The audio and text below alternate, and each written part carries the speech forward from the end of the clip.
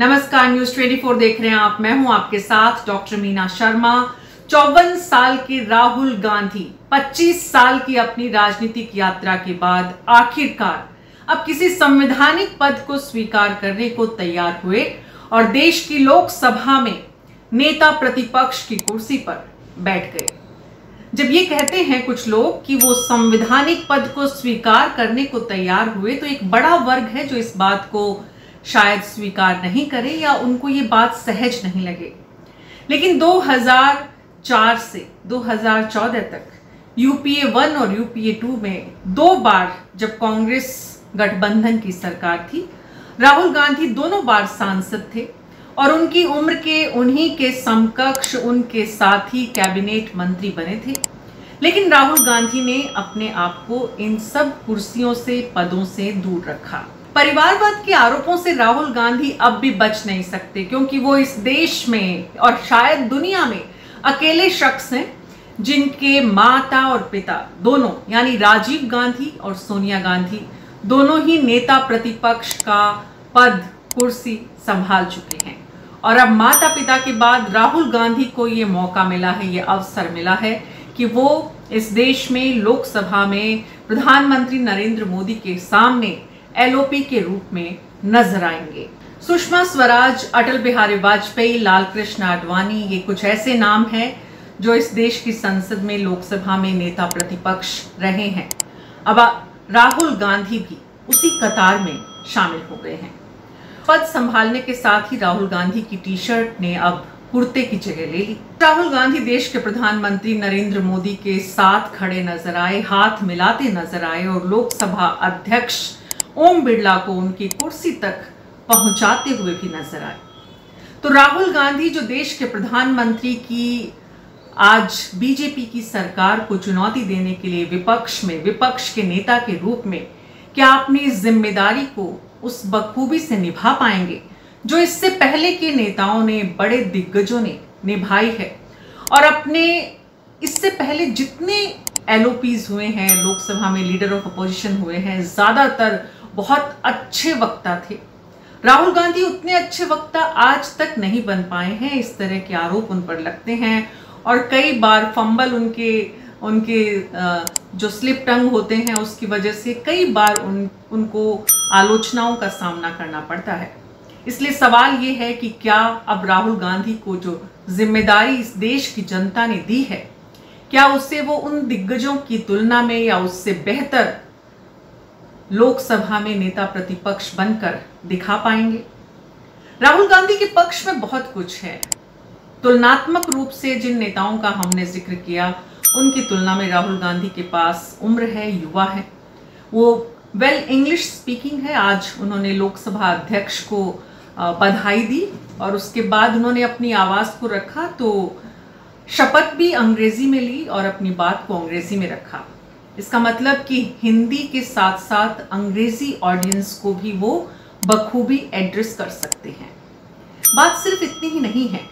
लोकसभा में नेता प्रतिपक्ष शैडो प्रधानमंत्री की भूमिका में होता है और कई सारी अहम समितियों में प्रधानमंत्री के साथ होता है। सीबीआई, चुनाव आयोग और ऐसे कई पद हैं जिनके चयन में प्रधानमंत्री के साथ राहुल गांधी भी अब फैसला लेने के लिए नजर आएंगे। सरकार के खर्चों पर अब राहुल गांधी सवाल उठा सकेंगे।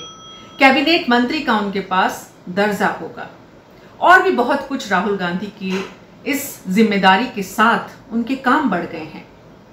तो अपने पद के साथ ही अपने बढ़े हुए कामों को राहुल गांधी कैसे चुनौती के रूप में स्वीकार करेंगे और कैसे जनता की आवाज देश की संसद में रखेंगे, इसको लेकर आज उन्होंने एक संकेत दिया, स्पीकर को एक संदेश दिया और उसमें उन्होंने कहा कि विपक्ष जो है वो पहले की तुलना में अब मजबूत है, संख्या बल में ज्यादा है, जनता ने भरोसा ज्यादा किया है। इसलिए देश की संसद में लोकसभा अध्यक्ष इस बात का ध्यान रखें कि वो जनता की आवाज यानी विपक्ष की आवाज को दबाए नहीं और संविधान के नियमों के तहत विपक्ष को भी अवसर दें जनता की आवाज उठाने का।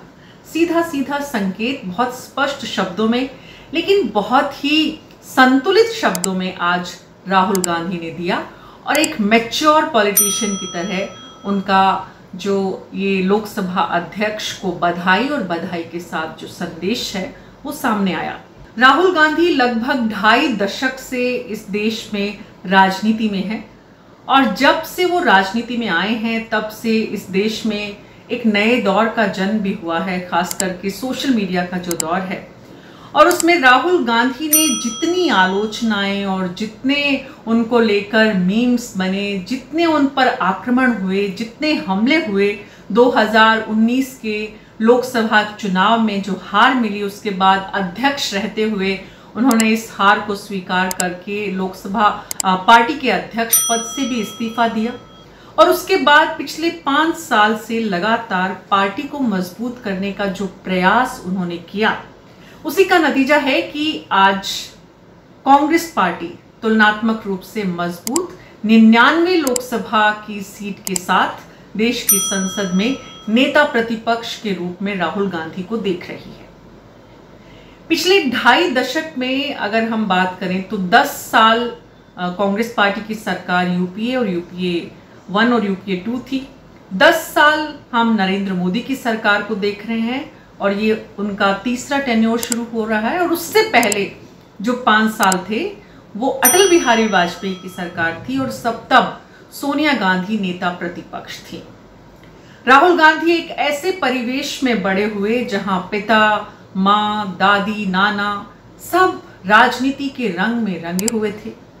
राहुल गांधी ने अपने पिता को खोया, अपनी दादी को खोया और वो भी इस तरह से खोया कि किसी भी परिवार के लिए उससे निकलना आसान नहीं होता। और इसीलिए शुरू में ये भी हुआ कि सोनिया गांधी खुद को राजनीति से दूर रखना चाहती थी, लेकिन राजनीति का स्वाद ऐसा है कि एक बार जो लग जाए तो उससे छूटना भी, पीछा छुटाना भी आसान नहीं होता और सत्ता का नशा भी कुछ अलग होता है। लेकिन राहुल गांधी पिछले 25 सालों की इस यात्रा में, पिछले 5 सालों में जो कुछ सीखे हैं और जो उनके लिए कहा जाता है, राहुल गांधी के लिए कहा जाता है कि वो जनता की आवाज को, जनता के मुद्दों को, जनता की संवेदना को, जनता की समस्याओं को महसूस करते हैं, क्योंकि पिछले 5 साल में ही राहुल गांधी जनता के बीच ठीक से पहुंचे हैं। पिछले 5 साल में राहुल गांधी ने जितनी मेहनत की उसके दम पर बीजेपी के कांग्रेस मुक्त भारत के नारे को तो विफल करने में कामयाब हो गए, लेकिन अब लोकसभा के भीतर जनता के मुद्दों और जनता की आवाज को राहुल गांधी जितनी शिद्दत से उठाएंगे, उसी से पता चलेगा कि इस पद के सम्मान, गरिमा के साथ साथ जनता की आवाज बनने में वो कितने कामयाब होते हैं।